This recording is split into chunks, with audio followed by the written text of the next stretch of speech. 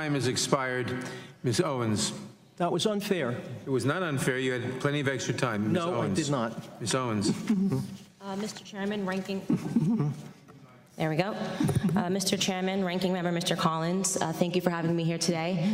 I received word on my way in that many of the journalists were confused as to why I was invited, and none of them knew that I myself was the victim of a hate crime when I was in high school. That's something that very few people know about me because the media and the journalists and the left are not interested in telling the truth about me because I don't fit the stereotype of what they like to see in black people. I'm a Democrat. I support the President of the United States, and I advocate for things that are actually affecting the black community. I'm honored to be here today in front of you all because the person sitting behind me is my 75-year-old grandfather. I've always considered myself to be my grandfather's child, and I mean to say that my sense of humor, my passion, and my work ethic all comes from the man that is sitting behind me.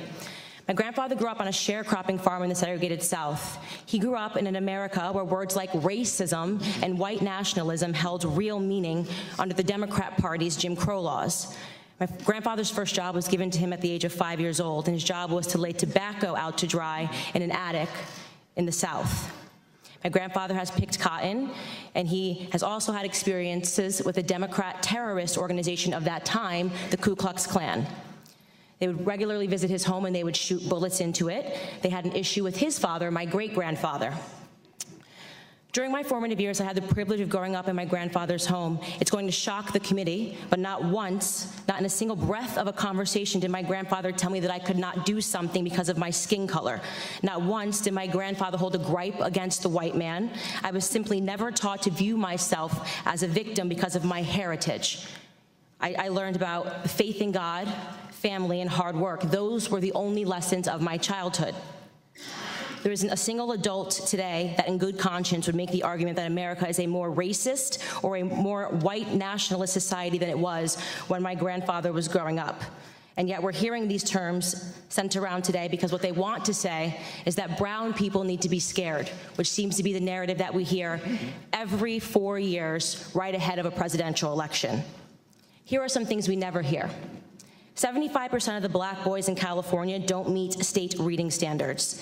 In inner cities like Baltimore, within 5 high schools and 1 middle school, not a single student was found to be proficient in math or reading in 2016. The single motherhood rate in the black community, which was at 23% in the 1960s when my grandfather was coming up, is at a staggering 74% today. I am guessing there will be no committee hearings about that. There are more black babies aborted than born alive in cities like New York, and you have Democrat Governor Andrew Cuomo lighting up buildings to celebrate late-term abortions. I could go on and on. My point is that white nationalism did not do any of those things that I just brought up. Democrat policies did. Let me be clear. The hearing today is not about white nationalism or hate crimes. It's about fear-mongering, power, and control. It's a preview of a Democrat 2020 election strategy, same as the Democrat 2016 election strategy.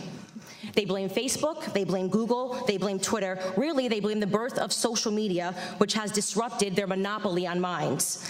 They called this hearing because they believe that if it wasn't for social media, voices like mine would never exist, that my movement Blexit, which is inspiring black Americans to leave the Democrat Party, would have never come about. And they certainly believe that Donald Trump would not be in office today. Looking on the next thing to focus on now that the Russian collusion hoax has fallen apart. What they won't tell you about the statistics and the rise of white nationalism is that they've simply changed the data set points by widening the definition of hate crimes and upping the number of reporting agencies that are able to report on them. What I mean to say is that they are manipulating statistics. The goal here is to scare blacks, Hispanics, gays, and Muslims into helping them censor dissenting opinions, ultimately into helping them regain control of our country's narrative, which they feel that they lost. They feel that President Donald Trump should not have beat Hillary. If they actually were concerned about white nationalism, they would be holding hearings on Antifa, a far-left, violent, white gang who determined one day in Philadelphia in August that I, a black woman, was not fit to sit in a restaurant. They chased me out. They yelled race traitor to a group of black and Hispanic police officers who formed a line to protect me from their ongoing assaults. They threw water at me. They threw eggs at me. And the leftist media remained silent on it. If they were serious about the rise of hate crimes, they may perhaps be examining themselves and the hate that they have drummed up in this country. Bottom line is that white supremacy, racism, white nationalism, words that once held real meaning, have now become nothing more than election strategies. Every 4 years, the Black community is offered handouts and fear. Handouts and fear. Reparations and white nationalism. This is the Democrat preview.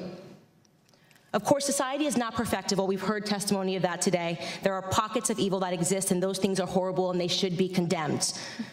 But I believe the legacy and the ancestry of Black Americans is being insulted every single day. I will not pretend to be a victim in this country, and I know that that makes many people on the left uncomfortable. I want to talk about real issues in Black America. I want to talk about real issues in this country and real concerns. The biggest scandal, this is my last sentence, in American politics is that Democrats have been conning minorities into the belief that we are perpetual victims, all but ensuring our failure. Racial division and class warfare are central to the Democrat Party platform. They need blacks to hate whites, the rich to hate the poor, and soon enough it'll be the tall hate